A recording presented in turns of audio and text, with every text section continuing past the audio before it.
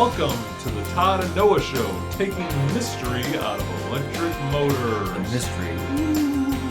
Once again, we've got Noah Bethel, the Vice President of Product Development, with us. Hello from sunny Tampa, Florida. Sunny Tampa, Florida. As always, the Sunshine State. They don't call it that for nothing. There's a good reason. I'm Todd Gunderson, VP of Sales and Marketing, and we're here again for another podcast, Noah. Yes, focusing on the fault zones. Fault zones were what we wanted to focus on. There were 6 of them, and we went through 3 of them earlier. We've been through 3 already, and this is going to be our 4th fault zone, which is our Stator fault zone. A critical one. Absolutely critical. Critical fault zone, and it'll be an interesting fault zone because we've got some great stuff and some case studies that we want to share with you, and maybe you can give us some pointers on how to guide us through the case study or troubleshooting event. So before that, how are you doing? Excellent, no complaints. Healthy, wealthy, wise? Well, maybe one of those 3. 2 out of 3 yeah, ain't I'll bad. take 2. As long as it's wise and healthy, right? Depends on what day. Yeah, it depends on what day you're talking about. Anything new going on with you? Everything same? We're excited about the Tampa Bay Lightning. That's a big deal. That's a big deal. That's right. They're in the playoffs. They're doing well in the playoffs so far. Yeah, they got a little break. Find some wood. Yes, hit absolutely. your head or something like that. Something. So, as we mentioned, Noah, the first podcast we ever did was really an introduction to electric motors. How do we analyze electric motors? And we introduced the 6 fault zones.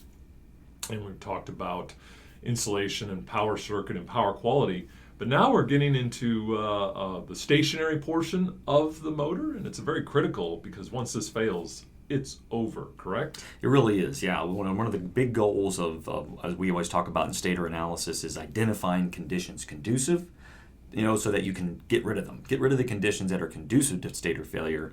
Because once you get into an absolute, Stator failure, you're pretty low in the PF curve. You want to try to get this stuff out of the way early. So we're talking about the Stator fault zone now, and my question to you is, how do we differentiate between the insulation fault zone and the Stator fault zone? Because insulation is obviously, each Stator winding has a form of insulation around it. Right, and in fact, in reality, it's basically the same stuff, but it's under a different stress. And because it's under a different stress, we have to stress a different test, right? It has to be a different test. So with insulation, we focused on DC potential to ground as a primary tool for analysis, but in Stator, we're going to be focusing more on an AC signal and looking more at impedance, and so it's an interphase type. So same insulation, but a different stress that it's undergoing. We always talk about saving the world with a multimeter and a megometer, right? Well, you can have Stator type faults. Never see them with these classic tools until the smoke comes out, and the goal is to keep the smoke in. Don't want smoke out. That becomes bad. That's where that mystery comes into play. Very mysterious. So tell me, what can go wrong with the Stator? Well, the classic fault that most people talk about when they talk about Stator faults is a turn-to-turn. Okay, now turn-to-turn short is basically a failing inter-turn insulation. When that occurs, you've got a lot of current flowing through that shorted turn. In fact, it can be thousands of amps. That's why it burns up very quickly. In that specific area. In that turn. So it's like shorting a secondary of a CT, right? They always say, hey, don't short that secondary because it's going to create so much. Think about it. In any given coil, you may have, let's say, 20 or 30 turns, but if you short one of them, now you're inducing a lot of current into that single short. It's going to burn up very quickly. And depending on where it's located in the slot, whether it's on the end turn or next to the iron, this depends on how quickly the motor's going to trip and be considered failed. What else can go wrong? Well, we can always have a phase-to-phase fault, right? So even though more commonly it's a turn-to-turn, if there's a phase-to-phase, which is going to be a big voltage differential, now that's going to usually be a light show. It's going to be quick, and it's going to be over. So that's another pretty common one that may occur. So what you're saying is, in the Stator itself, when you look at it, it just looks like wire, right? Right. You wouldn't know there's insulation on each individual copper piece of winding there. And there's 3 phases in there, is what you're saying. Often there's at least 2. So in any given slot, you are going to have phase A and B, or you'll have B and C, or A and C, right? So those two phases laying next to each other with a maximum differential potential, if you figure phase to phase under medium voltage, 4160, right? So if you talk about a 4,000 volt differential between those two phases, they better be well insulated. Now, of course, medium voltage motors are often, they go through an epoxy process where it's, it's not just a dip and a bake, it's a full, resin coating or a VPI process, a vacuum pressure impregnation. So generally speaking, they're very insulated from each other, but in the event that voltage jumps, it's going to get ugly. So for a winding of a stator, it's not just one continuous piece of wire, is it? Or do you have to make connections in the stator itself? Most people don't realize there's a ton of solder connections between coils, between groups, and between the phases. In fact, the phase connectors going in. So there are a lot of connections that occur that need to be tested and quality control tested before the motor ever gets to the to the shop or to the owner. So yes, a lot of stuff going on in there. So when you take it to the shop, I've heard people talk about core loss. Is that explain to us what core loss is and why is it important to look at that? Right. So if you think about the stator being built originally or OEM level, it's a lot of times you're talking about these coils that are insulated from each turn and each phase are going to be laid into these slots. Well, these slots are made of steel, right? Laminated steel that are build the stator core, if you want to call it. So that steel is actually a bunch of small little discs that are basically pressed together, right? So they're kind of insulated from each other.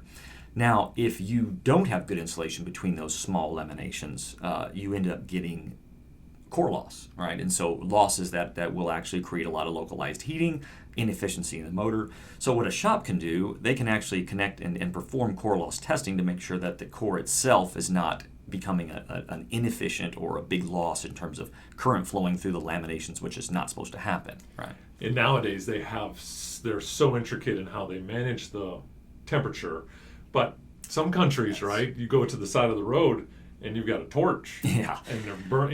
We see those videos in case study, story, right? You see them when you're driving. Well, you've been in multiple countries, and I've been in multiple countries, and you hear the stories. Well, most of the repair shops are on the side of the road, so you don't always have this pristine area in which to do the rewind of a motor. Even our country centuries ago was, hey, let's bring the motor out to the bonfire and burn the insulation off so we can yank the cables out, or the windings.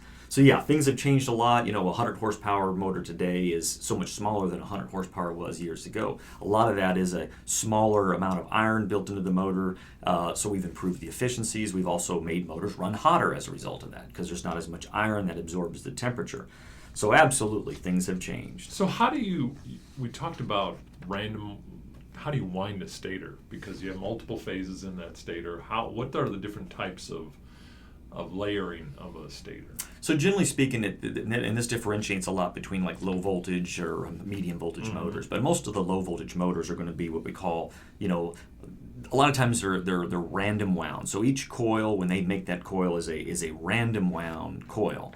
When you get into the medium voltage motors, well, now they're laid perfectly. The windings themselves, instead of being round and just randomly wound, they're square and they're stacked and they're perfectly stacked. And what they want to do is maintain a perfect voltage drop balance between each turn, right? And that's a much more expensive, obviously much better design. That's random versus form wound coils, right? Okay. Now there's also the lap versus concentric. A lot of the smaller motors are going to be concentric or machine wound, where the coils are stacked in a way that makes them a lot easier to build. Sometimes you got to be careful. You might get a brand new concentric wound motor where the coils are stacked, sort of in a non-symmetric way, but then it goes and gets rewound and it comes back, perfectly lap wound, right? So every coil is lapped over the other. Now, why is that important? Because when you're rebaselining a rewound motor, if it's been wound differently, you need to know that or you start raising flags for no reason. Yeah, for our other fault zones like air gap. Exactly. That's typically how we would see that when we look at our inductance measurements. But we'll talk about that actually in one of our future podcasts. Yeah. Hey, what specific data should we collect to analyze a stator, right? What types of information do we need as a technician to kind of give an actual assessment of that stator? It's a great question, and a lot of times it depends on the condition of the motor. Is it running? Is it de-energized? And we like them both, obviously. Unfortunately, when it comes to the stator, a lot of times the first report someone might get is the motor tripped. Okay, so we're offline now. Exactly. So what types of information would we collect offline? So offline, I mentioned earlier that when it comes to the insulation fault zone, we focus on a DC test signal primarily. But online, we're going to focus on an AC test signal, right? And this is going to give us a lot of more of the magnetic design or the inductance relationship. In fact, inductive imbalance is the key word. So when we send AC signals into the phases, from phase A to B as an example, the AC signal is going to be basically create a field of collapsing and expanding magnetic fields. We're going to measure the inductance of that coil, that phase, and we're going to compare it to the other phases. So for a three-phase motor, A, B, and C, they should be relatively the same. Right. If they're not, now we have an inductive imbalance, and that's going to be an issue. And it's so important because inductance is such a key parameter. If you lose a turn, there's two parameters in that equation for inductance. So it's turn squared, and then permeability is another one. But in this case, it would be turn squared we're looking at, correct? It's a big impact, and you're right. It's a squared effect. So every time you lose a turn, it has a dramatic effect on the inductance value.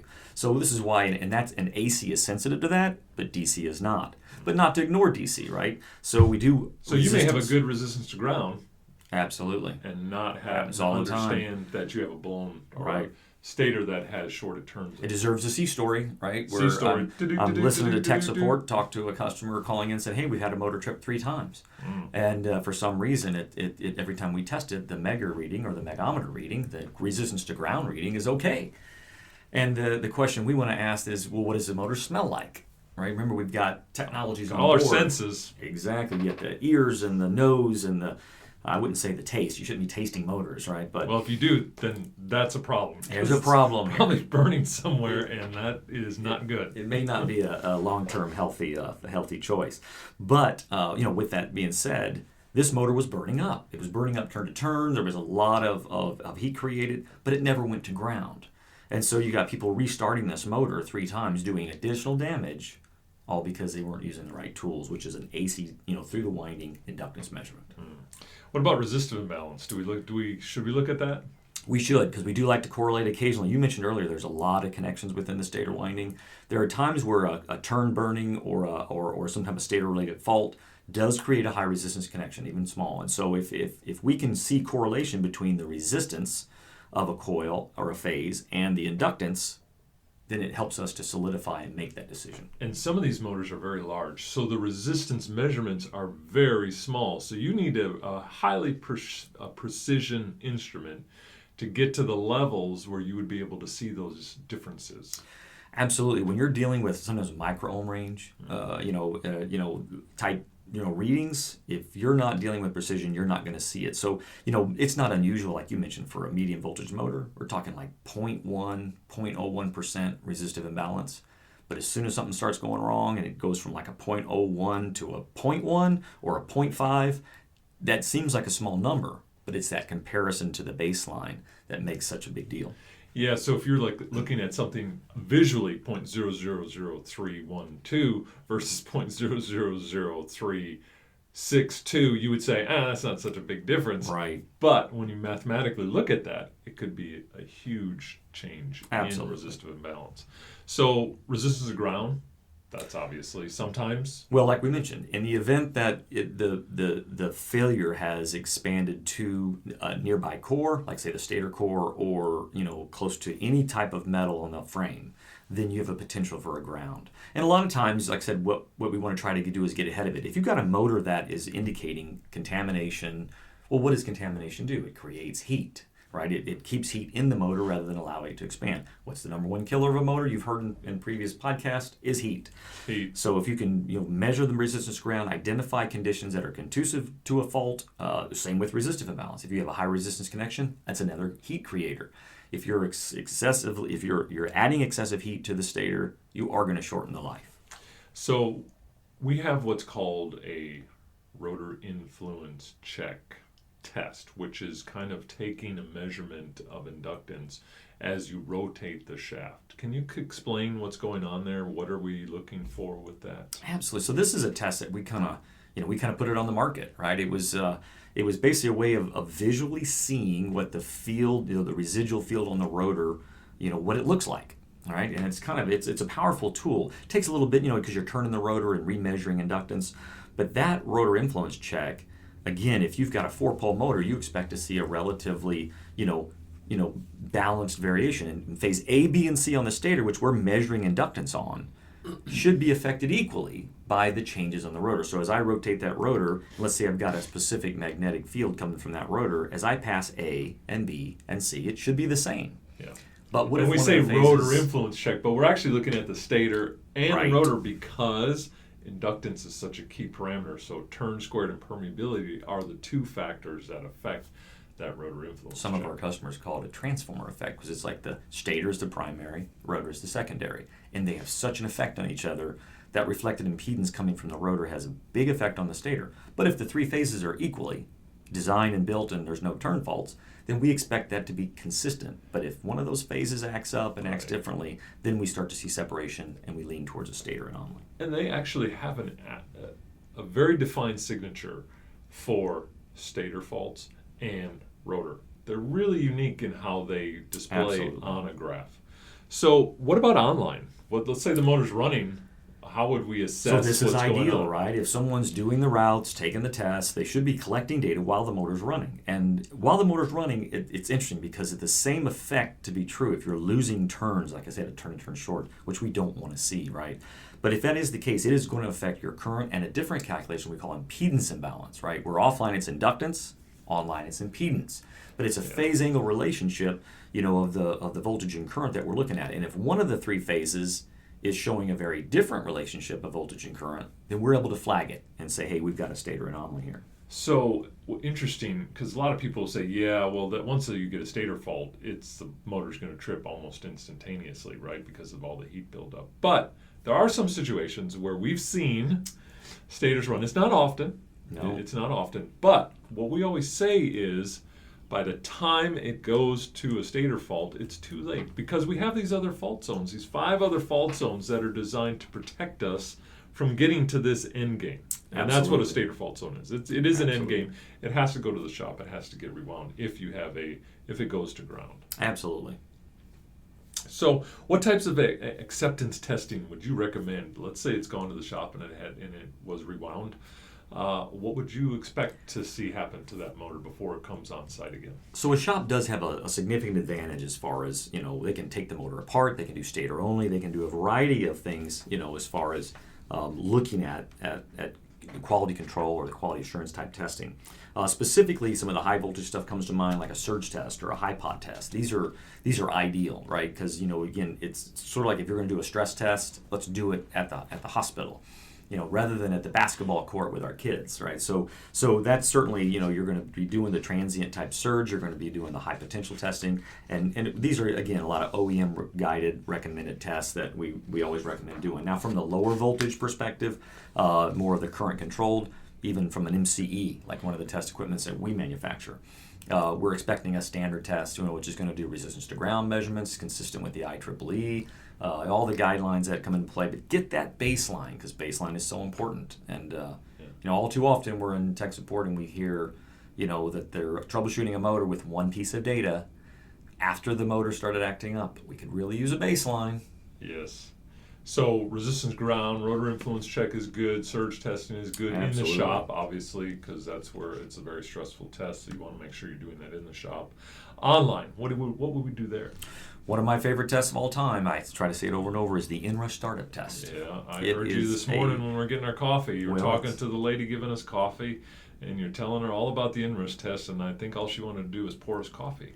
Well, everyone needs to know about the inrush startup, even the lady at the coffee shop. Even the lady at the coffee shop. Because it's needs such to an know. exciting test. So yes, the inrush is, and again, I mentioned earlier baseline, right? As powerful as the inrush startup test is, which gives you information on power quality, almost every fault zone, including machine train information. I'm surprised it doesn't tell you the weather, but it is such a good test, but it is so much better if you have a baseline. We always challenge every person coming to our training classes, or if I'm giving a webinar or a trade show presentation, that if you can get an inrush as a baseline, you have the tool for future troubleshooting. So that's a big one. I'm sure I'll visit it over and over again. And it's good with the baseline, though, because you get the baseline where you know everything is in normal condition. What would we expect if we had a stator anomaly occurring on that second inrush. So here's what will happen. If you think about kind of a strange, reference, but Ohm's law even, right? If you short the turns, reduce the impedance or the opposition to current flow, you're going to have a higher current, right? And so what a lot of times, a couple things can happen. Usually that initial inrush, which say let's go to 5,000 amps, if it's going to 7,000 amps, what has changed? If the voltage is the same, then the opposition to that current must have changed, and that's where that impedance value comes in. So that's usually what we focus on and pay attention with in terms of the inrush. Efficiency, anything there? It's possible. One of the things that, efficiency is generally one of those, trend tools that you look at to make sure that, well, I should say QA as well. So, motor first gets installed, let's make sure that's operating at or near the design efficiency. And then you look for changes over a period of time. Certainly if you start to have a failing stator, a change in the overall fault zone health of the motor, you do expect efficiency to come down. One of the biggest things that efficiency ends up being is a telling indication of the system health, not so much just the motor. Right, so that's one thing to keep in mind. But yeah, we like to keep it and trended. What about impedance imbalance? You see it. How does that help us? What is it taking into account? So earlier I mentioned this phasing or relationship between voltage and current. So if you have, let's say, phase A's developing, some weaknesses between turns or some actual turn faults, what you're going to end up seeing is a different relationship between the voltage and current for that phase. And when that happens, you're again varying the relationship of the capacitive versus inductive loading of that phase, and as a result, you end up with an impedance imbalance. Now, what we do, we like to compare the current imbalance from the power test and the impedance imbalance from the power test. And if they're if you've got if they're both equally around say 7%, then you're probably looking at a developing power circuit anomaly, which we covered in the power circuit fault zone. But if the impedance imbalance starts doubling or more the current imbalance, now we're leaning towards an existing stator fault that we need to jump on pretty quick. And that's because inductive reactance has changed so much? Absolutely. So the X sub L portion, because inductance changes, so inductive reactance changes. And when you look at all three phases of inductive reactance, then 2 pi FL. Absolutely. Good call. Yeah. So, Noah, we talked about what you can look for online inrush, the power test. You talked about it with what to look for on the power test, efficiency, impedance imbalance, offline RTG rig, rotor influence check, standard test, and surge testing. So let's get into a case study. Maybe you can help us through this. This was as always, it happened on a Saturday. The popular motor fault day. Why not Monday? I don't know. Monday's a terrible day. Why can't it all happen on one day? That would be the day to have it. That would be the day. Not this coming Monday. No, not this Monday, because that's Memorial Day. It's Memorial Day, We right. don't want it to happen then. But, or a Tuesday. Mm-hmm. Nothing happens on a Tuesday, for God's Nope, sakes. it's usually a Saturday and evening. So here it is. It's happened on a Saturday. Here's the situation. It was a coal conveyor belt, and it was operated by a wound rotor motor. And what happened was the wound rotor motor in the system flashed on low voltage slip rings. So whatever that means, it means that the motor essentially failed. Any kind of flashing going on with electric motor is not good. It's never good. Yeah, and a little, just a little background on wound rotor motors. As we're going into this, if you got the normal three-phase stator, but on the rotor you've got a wound rotor. So in other words, there's like stator windings built into the rotor. So it's not bars. It's not bars like it's we're actual used to windings hearing. Absolutely. that are the actual rotor, make Right. up the rotor. So in this case here, the motor could not be repaired. So whether it had a catastrophic stator fault or the rotor was faulted, I'm not exactly sure what the cause was. But it didn't matter because they had a spare, just received the spare. But I'm going to take us back to that first podcast. Do you know what they didn't do? They didn't do a QA check when they accepted it. Probably didn't do an inrush test either. well, I'll tell you, they did not do an inrush, absolutely, because, and we're going to get into that a little bit deeper down into this case study, but you're right, they did not. They tried to do an inrush, but in this case, they didn't do an acceptance test, and we always say, what are the three things you should do? You should do a quality assurance check initially. Absolutely. Then you should trend it, right? Because that's how you really start to develop early anomalies. indications. Absolutely. Yeah, early indications. and then obviously have the right equipment with you to troubleshoot or do diagnostic. But in this case, failed to do a QA check upon acceptance.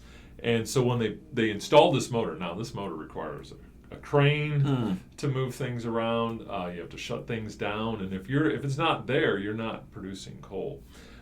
So in this case, the new motor failed on startup, blew multiple fuses due to multiple starts, $1,000 per. That's an expensive per fuse. Per fuse. Now, how many times do you think they started that, right? So, think about it. I mean, we've all been in that situation where, maybe I didn't hit it firmly enough. Yeah. Operations blew a fuse. Operations opinion of how many times they should start it, and maintenance opinion of how many times. It's often very different. Very diverse approaches to what should have happened to that motor. As I mentioned, there's a special crane needed, and if the motor doesn't work, there's no coal. So let me share with you the specs of this motor, Noah. So the motor itself is 4160 volt, 805 horsepower. That's a big motor. So that's a large motor. So here's what we did. We did a megger and it passed. Imagine that. It happens a lot. Again, you've got a lot of situations where the ground wall insulation, which is the same insulation we talked about, but if it's not broken down to ground, when we apply our potential in a megometer test, as it states, is effectively a DC voltage applied across the ground. Well, if the failure that you're describing occurred and it sounds like everybody thinks, it should be good, but it's not a lot of times. And so in this situation, they're blowing fuses on the replacement motor, and sad to say that the first and usually the only test available on site a lot of times is a megometer, and that RTG reading is just not always the reliable indicator. Because it probably hasn't gone to ground. Has not gone to ground. So the resistor bank, because this is a wound rotor motor, and we use that resistor bank to kind of ease the startup, so that we're easing right. The So startup. From that wound rotor through these slip rings to a resistor bank to control that startup, absolutely. So if you're saying that the resistors are all passing as well, I like the way they're going through this system. Now maybe it's with a megometer. The resistors are good to ground, the rotor's good to ground, the stator's good They're to really ground. highlighting one fault zone, which is insulation. Fault zone, which is insulation. And there's as you know, there's 5 other ones that we can look at. We couldn't take voltage and current because it would trip on startup. So we really couldn't get anything. Now from a technology design perspective, we would push them to hook the system, hook it up, and just capture to see what they can. That peak current is. Right? People think, well, it's tripping, I can't test it. Even that 1 second is valuable. The difficulty is if they didn't test the motor before they put it in the warehouse, like I said, they probably don't have a baseline inrush test, so they don't really know what the expected value is. As a rule of thumb, for those out there listening, generally speaking, across the line, it's 7 to 10 times inrush. So if you got a 1,000 amp full load, you expect a 7 to 10,000 amp inrush. So having explained this to you, the situation that we're in, can you give us some guidelines? What should we be looking at? What types of tests? We already know that the RTG measurements have proven to be that this motor is okay, but it's not okay. It's not starting. Absolutely. What else should we look at? So generally speaking, if you're talking about blowing fuses, a lot of people are going to focus, of course, we're talking about a stator fault zone, so you kind of leans me in that direction, right, as a general deduction. So what we want to be doing is taking inductance measurements and resistance measurements. Again, we got the conductive path, how much conductor circuit are we going through, and then let's send an AC signal and say, hey, is the inductive magnetic properties of the 3 phases balanced as well? These are big first steps. So we want to look at inductance. So what they found when they finally got the correct tool out there to look at inductance, they saw a pretty significant inductive imbalance on this unit. So interesting. Now the resistance to ground was good. Yeah. How was the phase resistance? Phase resistance was also good, correct? So isn't that interesting? So our DC signal, when we send a DC signal through the windings and back, it's all balanced. So the conductive path is the same. When we do a DC signal to ground, everything clears. But when we do an AC signal through the same set of coils, all of a sudden now we have an imbalance. So we're able to say, okay, something's not correct here, and we're going to have to take this motor back out and take it back to the shop, or just look at it internally. And so what they found, and I don't think they sent this back to the shop, I think they're able to just kind of to disconnect and look inside. But internally in a motor, you tie things together. Remember we talked about these internal connections? Normally, what is it, 4, 5, 6 internally, or 4, 5, 6 internally, right? So a lot of times it's 1 to 4, 2 to 5, 3 to 6 internally, depending to get further into, because a lot of times there's 2 sets of windings. Yes. They can design them for a high voltage or a low voltage. We tell them to go to phase 1, 2, and 3 at the motor connection box, right, and tap off there, and then right. get it. What if 2 was mislabeled with 5? And so instead of 4, 5, 6 being tied together at the Y, it was 4, 2, 6, and thus 2 then came in 1, 5, 2, or 1, 5, 3, excuse me, gotcha. At the connection box. So it might be time to send the winder back to training, or the labeler, right? Because a lot of times when when they take all this apart and they're rewinding certain things, they have to know and mark which one is 2, which one is 5, because in the event that they do what you just explained, they're basically inverting that coil. So it actually is working in opposition to the motor. To the rest of the coils in that phase, right? It's almost like you had a brake applied. It is a magnetic brake, absolutely. And what's that going to do? You're going to have almost like a locked shaft, and it's going to cause a really high current. It's going to run for a certain period of time. The fuse is going to blow. Yeah, almost immediately, because the fuses are going to sense it. $1,000 a fuse, so it was quite a costly error. Now, like we always said, remember in our first one we said it's usually not malevolence where this thing comes in. It's just a simple human error. Somebody's thinking about something else, right, and they make a simple mistake. But these simple mistakes can be catastrophic. Oh, and so expensive. And here's the sad thing: a simple standard test, an inductance measurement, as a final QA check would have flagged this with a high inductive imbalance. Someone would have asked the questions. We'd have figured this out before we ever got to the warehouse floor.